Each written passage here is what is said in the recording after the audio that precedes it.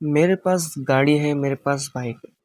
इन sentence को बनाने के लिए तुम्हें क्या करना होगा और इन सेंटेंस की हमारी आजकल की ज़रूरत क्या है और क्या हम 11th 12th और कोई भी क्लास में हो तो तुम्हें इस सेंटेंस की बहुत ज़्यादा ज़रूरत होने वाली है, क्योंकि जब तुम अपने 10th क्लास में हो तो एक अनसीन पैसेज आता है जिसमें तुम हैज़ हैव का प्रयोग आराम से कर सकते हो। अपने अकॉर्डिंग तुम सेंटेंस को बना सकते हो और ये यूज़फुल है इंग्लिश स्पीकिंग से रिलेटेड। अगर तुम इंग्लिश स्पीकिंग सीखना चाहते हो तो तुम्हारे पास कोई चीज़ है, जैसे मेरे पास एक घर है, मेरे पास एक गाड़ी है, मेरे पास एक बहुत अच्छी घड़ी है, तो इन सब सेंटेंस को इंग्लिश में कैसे बोलें।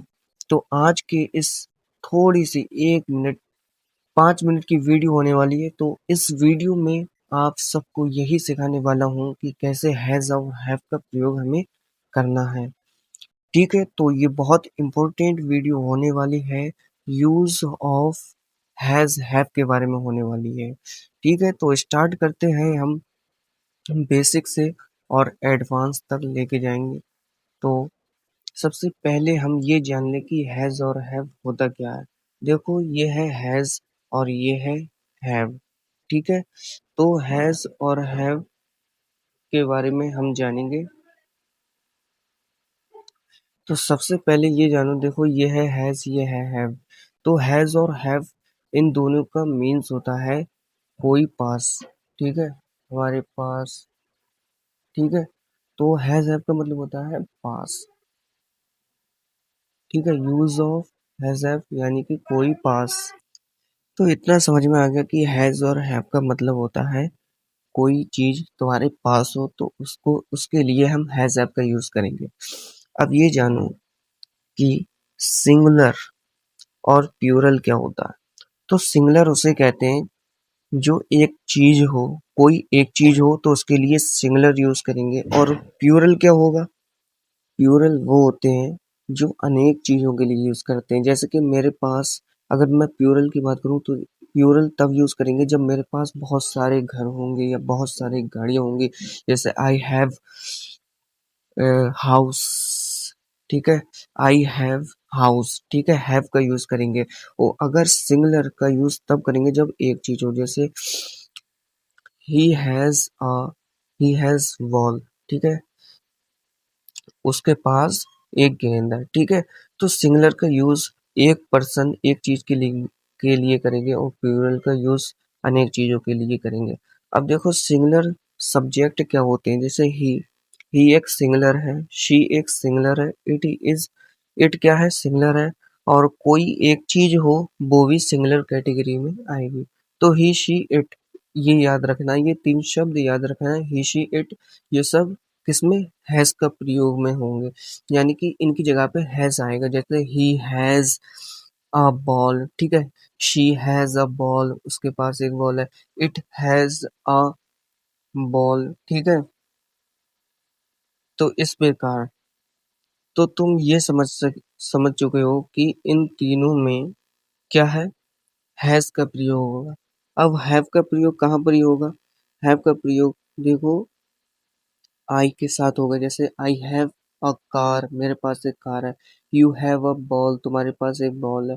दे हैव अ बैग, उनके पास एक बैग है। ठीक है, वी हैव अ कार, हमारे पास एक कार है। और फिर अनेक शब्द के लिए, कोई अनेक शब्द हो उसके लिए हम हैव का प्रयोग करेंगे। जैसे कि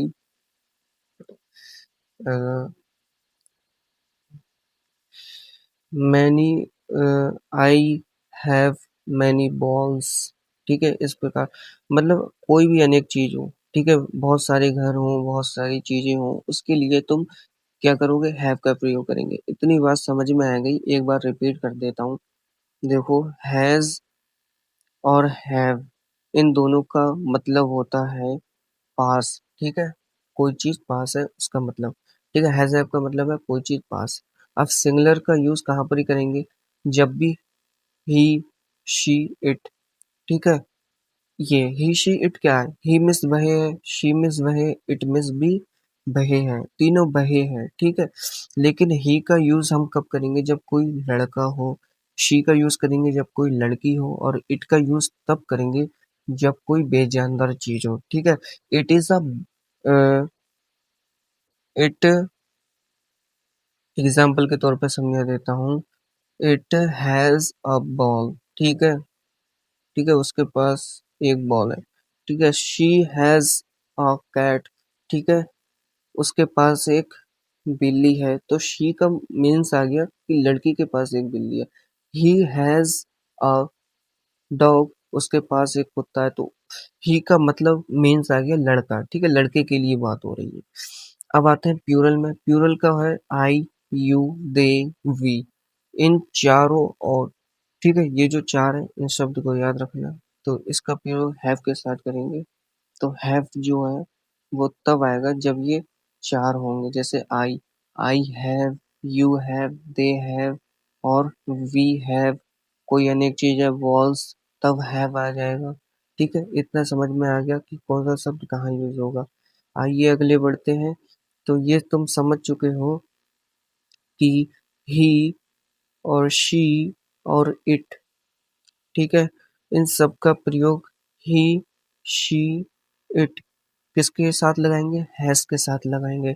आई, यू, वी, दे, ये किसके साथ लगाएंगे, हैव के साथ लगाएंगे। एग्जाम्पल के तौर पे ये समझ लो, ही हैज अ बाइक, ठीक है, उसके पास एक बाइक है, ठीक है। शी हैज अ कैट, ठीक है, इसका मतलब है उसके पास एक क्या है, कैट है, बिल्ली है। अब आते हैं, पहले इसका यूज ये हो गया हमारा, ठीक है। अब आई का यूज करेंगे, प्यूरल का यूज करेंगे इन सेंटों में, जैसे आई हैव अ पेन, मेरे पास एक पेन है, ठीक है। तो इसका हैव का यूज कब किया, जब हमारा आई आ गया, मैं आ गया, ठीक है। और दे हैव अ हाउस, ठीक है, उनके पास एक घर है। वी हैव अ कार, ठीक है, हमारे पास कार है, ठीक है। इस प्रकार यूज होता है। अब तुम समझो, एक बात नोटिस कर लो कि अब हमें प्यूरल बनाना है नेगेटिव सेंटेंस, यानी कि जैसे मेरे पास कार नहीं है, तो इसका यूज कब करेंगे, तो इसका यूज हमें सिंपल सा कर देना है। हैज के बाद नॉट लगा देना है, NOT, नॉट। और नॉट का मतलब होता है नहीं, ठीक है। हैव के बाद नॉट लगा देंगे, हैव के बाद क्या लगा देंगे, नॉट। देखो, एक मिनट, इस पे लगाएंगे नोट और इस पे लगाएंगे नॉट, ठीक है। तो अगर मुझे बोलना है कि उसके पास बाइक नहीं है, तो इसकी जगह इसका यूज कब करेंगे, उसके पास अगर बाइक नहीं है तब क्या लगाएंगे, ही हैज नॉट, नॉट, यहाँ पर नॉट आ जाएगा सिर्फ, he has not a bike, यानी कि हैज नॉट आएगा, हैव नॉट आएगा। जैसे कि उसके पास बाइक नहीं है, तो इसकी स्पेलिंग इंग्लिश में आ जाएगी he has not a bike. अब उसके पास कैट यानी कि बिल्ली नहीं है, तो शी हैज के बाद क्या आ जाएगा, नॉट, NOT, नॉट आ जाएगा, ठीक है। शी हैज अ नॉट, वो she has not a cat, उसके पास बिल्ली नहीं है। अब आ जाएगा आई के और प्लूरल सेंटेंस में, तो सिर्फ नॉट लगाना है, बाकी सब तुम्हारा सेंटेंस जो है वो नेगेटिव सेंटेंस बन जाएगा। जैसे I have not a pen, मेरे पास पेन नहीं है, ठीक है। दे दे हैव अ हाउस, ठीक है, तो इसका मतलब होता है उनके पास एक घर है। लेकिन अगर मैं ये कहूँ इंग्लिश में कि they have not a house, उनके पास एक घर नहीं है, तो इसका मीनिंग ये हो जाएगा, यानी कि नेगेटिव सेंटेंस का मतलब होता है कोई चीज ना हो उनके पास, तो हैज नॉट और हैव नॉट का प्रयोग करेंगे। अब तुम ये समझो कि मेरे अगर मैं ये कहूँ कि मेरे पास क्या पेन है, यानी कि क्वेश्चन वाले शब्द, ठीक है, जिसमें क्वेश्चन पूछे जाएं, उन सेंटेंस को कैसे पढ़ेंगे, तो एग्जाम्पल के तौर पे समझा देता हूँ। जैसे कि सबसे पहले अगर कोई सेंटेंस है, ठीक है, तो अगर ये सेंटेंस है कि क्या तुम्हारे पास पेन है, ठीक है, तो इसकी इंग्लिश क्या आएगी? अगर क्या का शब्द आ जाए, कोई क्वेश्चन पूछने वाला सेंटेंस आ जाए, तो इसकी इंग्लिश क्या आएगी? मैं आपको बता देता हूँ तो इसकी इंग्लिश क्या आएगी। तो सबसे पहले ये समझो, देखो, अगर क्या का सेंटेंस आ जाए तो सबसे पहले हम क्या लगाएंगे? हैव लगाएंगे। जैसे कि हैव, ठीक है, हैव लग गया। क्या मेरे पास एक पेन है, ठीक है, तो हैव आई अ पेन। यानी कि देखो, सबसे पहले क्या रखेंगे?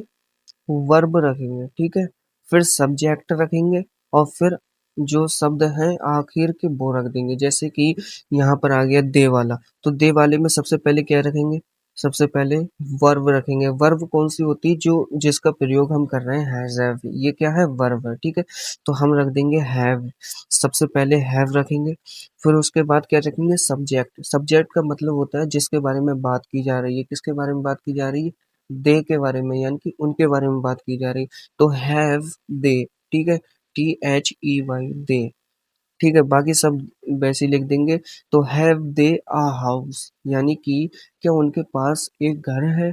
तो ये हो गए हमारे कुछ सेंटेंसेस जो तुम्हें जानना बहुत जरूरी था इंग्लिश में और हिंदी में। इंग्लिश में बहुत ज़्यादा यूज़ होते हैं, इंग्लिश स्पीकिंग के लिए बहुत इंपॉर्टेंट है, परफेक्ट है। जैसे कि अगर मुझे कहीं भी यूज़ करना है कि I have a car, I have a house, I have a one branded watch, I have a very manufactured modify car. I have a BMW M4.